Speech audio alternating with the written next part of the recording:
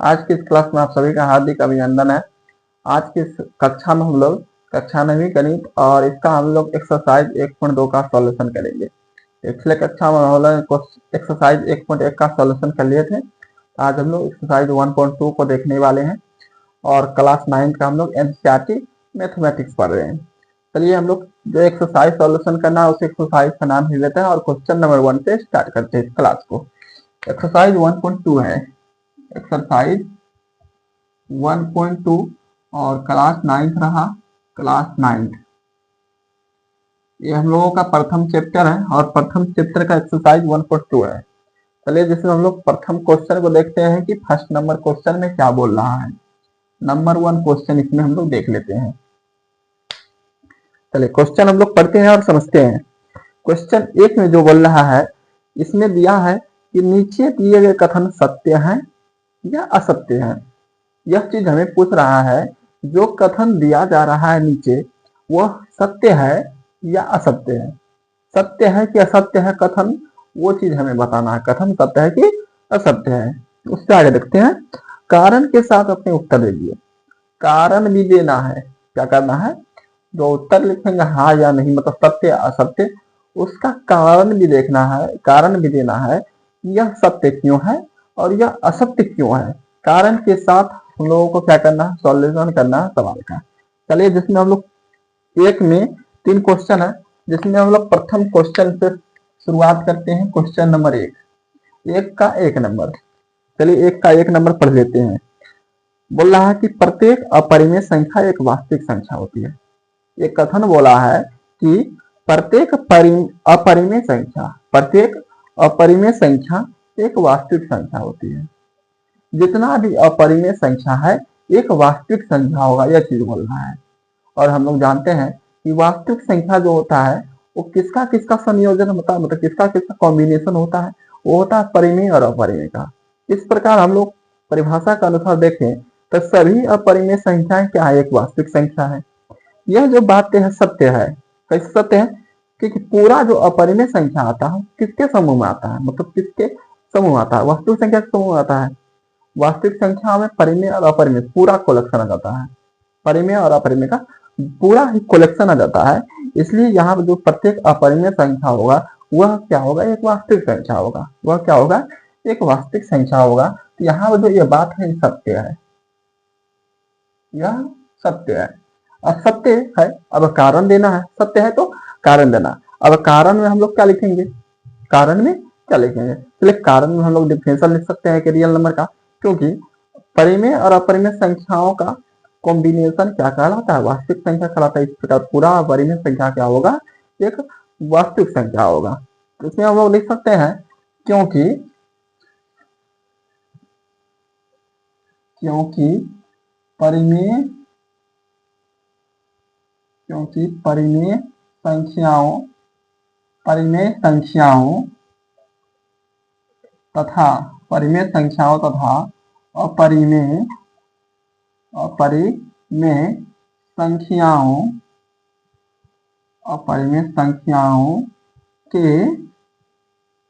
के समूह को दोनों संख्याओं का यदि हम समूह ले लें, परिमेय संख्या और अपरिमेय संख्या दोनों के समूह को क्या बोलते हैं, वास्तविक संख्या बोलते हैं। क्या समूह को वास्तविक संख्या कहते हैं, वास्तविक संख्याएं कहते हैं।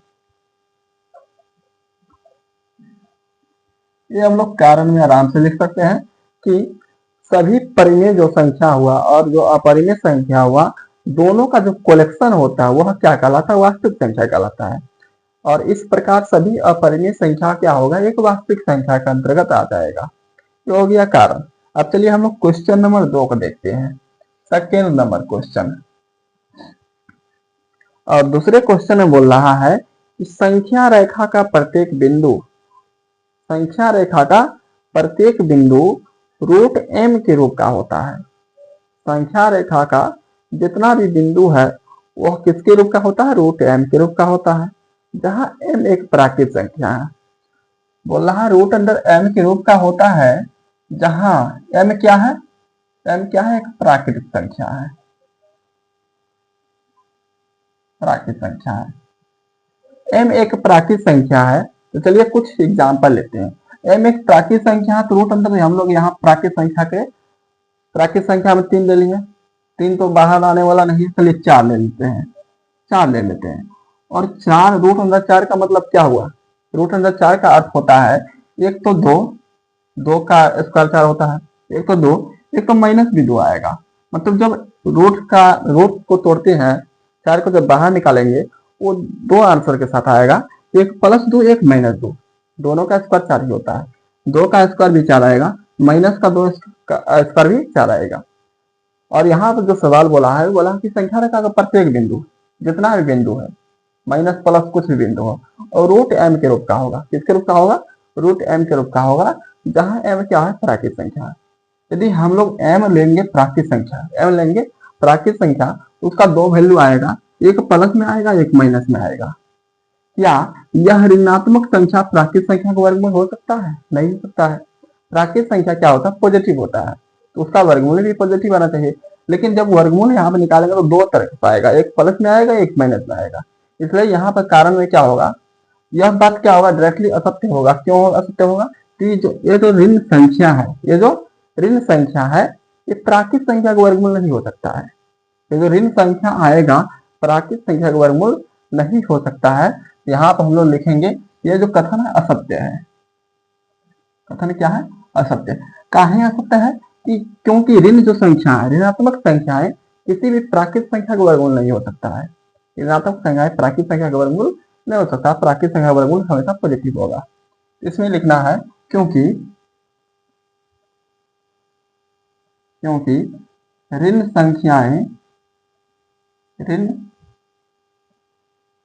संख्या चाहे ऋणात्मक संख्याएं लिख सकते हैं, क्योंकि ऋण संख्याएं किसी प्राकृत संख्या के वर्गमूल नहीं हो सकते हैं।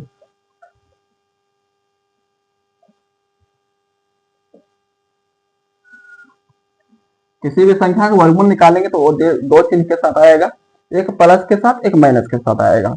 लेकिन जब प्राकृत संख्या m और प्राकृत संख्या का जो वर्गमूल होगा, ये ऋण नहीं होगा।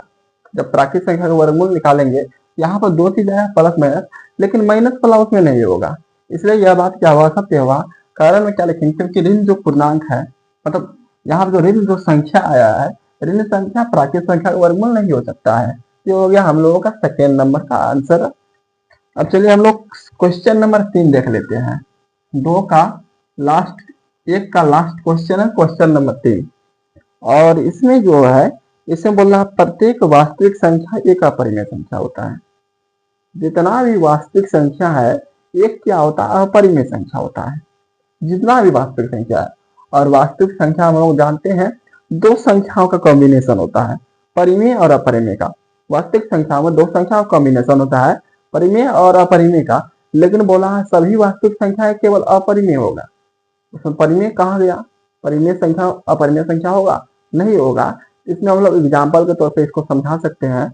जैसे 7 एक परिमेय संख्या है, लेकिन यह अपरिमेय संख्या नहीं है। मतलब 7 वास्तविक संख्या है, लेकिन अपरिमेय नहीं है। 7 वास्तविक संख्या है, लेकिन अपरिमेय संख्या नहीं है। ये सब लोग एग्जाम्पल के अकॉर्डिंग समझा सकते हैं। इसमें जो बात है, यह बात क्या है? असत्य है। कथन जो दिया गया है, कथन क्या है? असत्य है। कारण में क्या लिखे? तो कारण को हम लोग एग्जाम्पल से समझा लेते हैं। कारण को एग्जाम्पल से लिख लेते हैं, क्योंकि उदाहरण के लिए क्या लिखते हैं? उदाहरण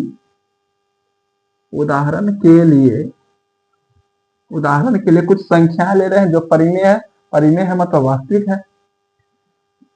जैसे 2/7 ले लिए, माइनस में 0.6 ले लिए। उसके बाद कुछ और संख्या ले लेते हम लोग, और 0.3 पर लेटरिंग डाल दिए। ये सब वास्तविक संख्या है। ETC वास्तविक संख्याएं हैं। वास्तविक संख्याएं हैं। ये सब जो संख्या है, कौन सा संख्या? वास्तविक संख्या है। ये सब परिमेय संख्या है, इसलिए वास्तविक संख्या भी हुआ। ये सब वास्तविक संख्या है। लेकिन अपरिमेय बोलेंगे है, अपरिमेय नहीं है। अपरिमेय नहीं है, परंतु परंतु अपरिमेय नहीं, परंतु अपरिमेय संख्याएं नहीं है। तो इसमें लिखेंगे अपरिमेय संख्याएं नहीं है। ये सब जो संख्या है ये सब वास्तविक संख्या है, पर अपरिमेय संख्या नहीं है, इसलिए यह जो कथन है असत्य है। कथन क्या है? असत्य है। परिमेय संख्या अपरिमेय संख्या नहीं होगा, जिसके कारण सभी वास्तविक संख्या अपरिमेय संख्या नहीं होगा। चलिए, ये हो गया हम लोगों का क्वेश्चन नंबर 1 पूरी कंप्लीट। क्वेश्चन नंबर 1 कंप्लीट हो चुका है। अब चलिए हम लोग क्वेश्चन नंबर 2 पर ध्यान देते हैं, और क्वेश्चन नंबर 2 में क्या बोल रहा है उसको हम लोग कर लेते हैं। चलिए क्वेश्चन नंबर 2 सुनिएगा। इसमें बोल रहा है, क्या सभी धनात्मक पूर्णांकों के वर्गमूल अपरिमेय होते हैं? क्या सभी धनात्मक पूर्णांक, क्या बोला? सभी धनात्मक पूर्णांक के वर्गमूल अपरिमेय होते हैं? क्या सवाल पूछा है। सभी धनात्मक पूर्णांक, सभी धनात्मक पूर्णांक मतलब धनात्मक पूर्णांक तो समझते होंगे 1 2 3 4 5, इस प्रकार का जो संख्या होता है ये सब क्या है? धनात्मक पूर्णांक है, मतलब नेचुरल नंबर है। अब नेचुरल नंबर को ही हम लोग धनात्मक पूर्णांक के अंतर्गत लेते हैं। पूरा का पूरा नेचुरल नंबर मतलब धनात्मक पूर्णांक, ये सब है धनात्मक पूर्णांक। तो बोला जितना भी धनात्मक पूर्णांक है इसका हम लोग वर्गमूल निकालेंगे, मतलब इस पर रूट डालेंगे, स्क्वायर रूट डालेंगे। जैसे under root 1, under root 2, under root 3, under root 4, under root 5। इस जब सब संख्या क्या अपरिमेय संख्या होगा, इस चीज पूछा है। क्या सभी धनात्मक पूर्णांकों के वर्गमूल अपरिमेय संख्या होते हैं? चलिए देखते हैं। रूट अंडर वर्ग मतलब रूट अंडर 1, इसका मतलब 1। रूट अंडर 2 नहीं निकलेगा, रूट अंडर 3 नहीं निकलेगा, रूट अंडर 4 मतलब 2। तो क्या यहाँ पर जो 1 आया है एक अपरिमेय है? क्या यहाँ पर ये जो 2 आया है 2 अपरिमेय है? नहीं है। ये जो 1 है, ये जो 2 है, 1 और 2 परिमेय संख्या है। कौन सा संख्या है? परिमेय संख्या है, लेकिन अपरिमेय संख्या नहीं है। यहाँ बोला तो जितना भी धनात्मक पूर्णांक है उसका रूट एक अपरिमेय संख्या होगा। यह बात नहीं हो सकता है, यह बात नहीं हो सकता है, क्योंकि रूट अंडर 4 को देख ले, रूट अंडर 1 को देख ले, रूट अंडर 9 को देख ले, रूट अंडर 16 को देख ले, ये सब क्या परफेक्ट स्क्वायर है, और इसका वर्गमूल निकालेंगे तो कुछ ना कुछ आएगा। इसलिए यह बात क्या होगा? असत्य होगा। तो इसमें पूछा था क्या सभी धनात्मक पूर्णांक के वर्गमूल अपरिमेय होते हैं? तो हम लोगों का आंसर क्या रहेगा? नहीं। आंसर क्या रहेगा? नहीं। चलिए आंसर में लिख लेते हैं नहीं। जितना भी धनात्मक पूर्णांक है उसका वर्गमूल एक अपरिमेय नहीं आएगा, इसलिए यह क्या होगा? आंसर में क्या लिखेंगे? नहीं। चलिए इसके बाद पढ़ते हैं। यदि नहीं, यदि आंसर मिल रहा है नहीं, जैसे हम लोग यहाँ मिला आंसर में है नहीं, मतलब नहीं होगा। अब बोला यदि नहीं तो एक ऐसी संख्या के वर्गमूल का उदाहरण दीजिए। एक ऐसी संख्या के वर्गमूल का उदाहरण दीजिए। उदाहरण देने के लिए बोल रहा है जो एक परिमेय संख्या है। जो क्या है? एक परिमेय संख्या है। चलिए इसी में से कोई भी एग्जाम्पल ले लेते हैं। चलिए रूट अंडर 4 ले लेते हैं उदाहरण के लिए। उदाहरण देना था, चलिए उदाहरण दे देते हैं। उदाहरण root under 4 equal to 2। Root under 4 equal to 2। यहाँ पर 2 क्या है? 2 क्या है? परिमेय संख्या, लेकिन अपरिमेय संख्या नहीं है। चलिए ये हो गया हम लोगों का ये हो गया हम लोगों का आंसर, मतलब क्वेश्चन नंबर 2 का हो गया काम खत्म। सॉल्यूशन हो चुका है केवल इतना में, बस हो गया। अब चलिए हम लोग क्वेश्चन नंबर 3 की ओर प्रस्थान करते हैं और देखते हैं क्वेश्चन नंबर 3 में क्या बोल रहा है। चलिए क्वेश्चन 3 में बोल रहा है, दिखाइए कि संख्या रेखा पर रूट अंडर 5 को किस प्रकार निरूपित किया जा सकता है। दिखाने के लिए बोल रहा है कि संख्या रेखा पर रूट अंडर 5 को किस प्रकार निरूपित करेंगे, मतलब दर्शाएंगे। रूट अंडर 5 को संख्या रेखा पर किस प्रकार दर्शाएंगे, ये सवाल में है कि रूट अंडर 5 को संख्या रेखा पर किस प्रकार दर्शाया जा सकता है। किसको? रूट अंडर 5 को कहां पर संख्या रेखा पर किस प्रकार दर्शाना है, ये चीज पूछ रहा है। अब चलिए जिस संख्या को दर्शाना, ये कौन सी संख्या? अपरिमेय संख्या है। जैसे रूट अंडर 2 हो गया, रूट अंडर 3 हो गया, रूट अंडर 5 हो गया, रूट अंडर 7 हो गया। ये सब संख्या में जब संख्या रेखा दर्शाना रहेगा इसको हम लोग पहले एक त्रिभुज लेंगे और त्रिभुज में उसको हम लोग कर्ण पर लेंगे। किस पर लेंगे? कर्ण पर लेंगे मतलब हाइपोटेनस उसको मानेंगे। जैसे यहाँ पर हम लोग एक त्रिभुज लेंगे, एक क्या ले रहे हैं, त्रिभुज ले रहे हैं, यह एक समकोण त्रिभुज हुआ, और जिस संख्या को दर्शाना है √2 को √3 को, उसको हम लोग हाइपोटेनस मतलब कर्ण पर लेंगे। तो किसको दर्शाना है, √5 को, तो √5 को यहाँ पर कर्ण पर लेंगे। और यहाँ पर जो हाइट है, ये जो हाइट है मतलब ऊंचाई है, 1 यूनिट लेंगे। कितना लेंगे, 1 यूनिट लेंगे। मतलब जितना संख्या रेखा है, संख्या रेखा में 0 हुआ, 1 हुआ, और इसके बीच का जो डिस्टेंस है यहाँ से यहाँ तक, यही डिस्टेंस इसमें लेंगे 1 यूनिट का। यहाँ से यहाँ तक 1 यूनिट डिस्टेंस हुआ, फिर यहाँ लेंगे, यहाँ से यहाँ तक 1 हुआ, यहाँ से यहाँ तक 2 हुआ, यहाँ से यहाँ 1, यहाँ से यहाँ 2। तो डिस्टेंस कितना यूनिट का लेंगे, 1 यूनिट का लेंगे। तो ऊंचाई हमेशा 1 यूनिट लेंगे। ये जो हाइट है हमेशा क्या लेंगे, 1 यूनिट लेंगे। अब बच क्या गया, ये वाला बच गया। अब ई वाला बचिया को हम लोग निकालेंगे, क्या करेंगे, निकालेंगे। ये क्या हो गया, बी हो गया, क्या हो गया, बी हो गया। और हम लोग जानते हैं कि कर्ण का स्क्वायर होता है लंब का स्क्वायर प्लस आधार का स्क्वायर, मतलब एच स्क्वायर बराबर होता है P square plus B square.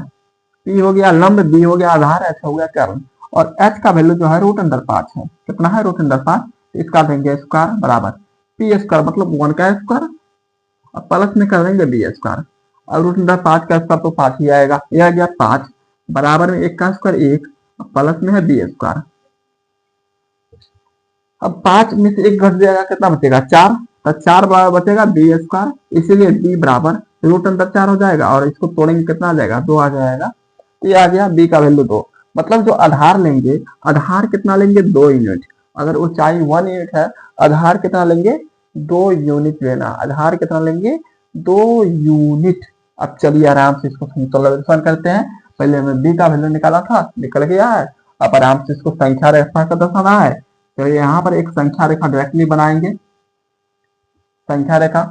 और बेस चाहिए 2, मतलब 2 तक चाहिए कम से कम। तो स्टार्ट करेंगे 0 से, यहाँ पर हुआ 0, यहाँ पर हुआ 1, यहाँ पर हुआ 2, यहाँ पर हुआ 3। अब जो समकोण त्रिभुज बनाएंगे उसका बेस मतलब आधार कितना लेना है, 2 लेना है। आधार कितना लेंगे, 2 लेंगे। अब यहाँ पर लेना है। अब 2 पर कितना डिग्री बनाएंगे, 90 डिग्री का कोण बनाएंगे। 2 पर 90 डिग्री का कोण बनाकर 1 यूनिट काटेंगे। कितना यूनिट चाहिए, 1 यूनिट चाहिए। अब क्या करना है, चाप से अब यहाँ पर हम लोग 90 डिग्री बनाएंगे। क्या करना है, 90 डिग्री बनाना है। स्केल चाप चंदा के द्वारा 90 डिग्री बना लेंगे। यहाँ पर क्या करेंगे, हम लोग 90 डिग्री बना लेंगे। और 90 डिग्री बनाने के लिए प्रोसेस करेंगे, और चाहे डायरेक्ट चंदा रख के पकड़ के खींच दीजिए 90 डिग्री। तो चलिए यहाँ पर हम 90 डिग्री डायरेक्टली खींच लेते हैं, 90 डिग्री। और यूनिट कितना लेना, 1 की यूनिट लेना। मतलब यहाँ से यहाँ तक दूरी, चाहे यहाँ से यहाँ तक दूरी सेम टू सेम दूरी काट लेना है। यहाँ तक हो जाएगा, जैसे मान लीजिए यहाँ तक हो जाएगा। अब इसको कहाँ से मिलाएंगे, 0 से मिला लेंगे। क्या करना है, इसको 0 से मिला लेना है। अब ई जो वैल्यू है, ई वैल्यू कितना है, √5 है। और ई जो वैल्यू ई कितना है, 1 है। ये वैल्यू √5 है, ये वैल्यू 1 है। याद हो गया।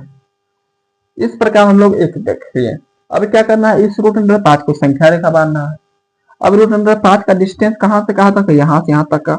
अब इसी डिस्टेंस को हम लोग इस पर उतारेंगे। किस पर उतारेंगे, इस पर। अब डिस्टेंस को उतारा कैसे जाएगा, डिस्टेंस को उतारा कैसे जाएगा। अब इसके लिए हम लोग क्या लेंगे, चाप लेंगे। क्या लेंगे, चाप। और चाप में कट पेंसिल घुसा के, मतलब रेड घुसाकर यहां से इसका चाप का यहाँ पर नोखी रखेंगे। और इसको यहां से क्या करेंगे, यहाँ जो है पेन का, मतलब पेन में पेंसिल का यहाँ पर नोक रखेंगे, यहाँ पर पेपर, और इसको ऐसे से घुमा देंगे। यहाँ पे मिल जाएगा लगभग हमें, यहाँ पे मिल जाएगा। ऐसे ऐसे कर देंगे, इसी कर्व को ऐसे घुमा देंगे। यहाँ पर आ जाएगा हम लोगों का √5। यहाँ पे क्या आ जाएगा, √5 का आ जाएगा। इस प्रकार हम लोग दर्शा सकते हैं संख्या रेखा पर किसी भी अपरिमेय संख्या को। अब जब दशमलव दला को दर्शाना रहेगा, जैसे √3.5 है, वो सब के लिए अलग मेथड है। और इस सब के लिए सिंपल बना, जैसे √2 है, √3 है, √5 है, उसको इसी तरीका से दर्शा देना है। जिस भी संख्या को दर्शाना है, यहाँ हम लोग इस पर लेंगे, किस पर लेंगे, कर्ण पर लेंगे। और उससे लंब हमेशा 1 लेंगे, और उदाहरण निकाल कर आधार जितना आएगा, अगर आधार में मान लीजिए √2 आ गया, आधार में √2 आ गया तो पहले √2 को दर्शाना पड़ेगा। अगर आधार में √3 आ गया तो पहले √3 को दर्शाना पड़ेगा, उसके बाद दूसरा संख्या को दर्शाना पड़ेगा। तो चलिए ये हो गया हम लोगों का क्वेश्चन नंबर 3 का सोल्यूशन। इसके बाद क्वेश्चन नंबर जो 4 है, 4 में क्रियाकलाप है, क्रियाकलाप को हटा के चलना है। और इस प्रकार हम लोगों का एक्सरसाइज 1.2 का भी पूरा द एंड हो चुका है, मतलब एक्सरसाइज 1.2 का सोल्यूशन पूरी हो चुका है क्रियाकलाप को छोड़ते हुए। अब चलिए अब हम लोग मिलते हैं नेक्स्ट क्लास में।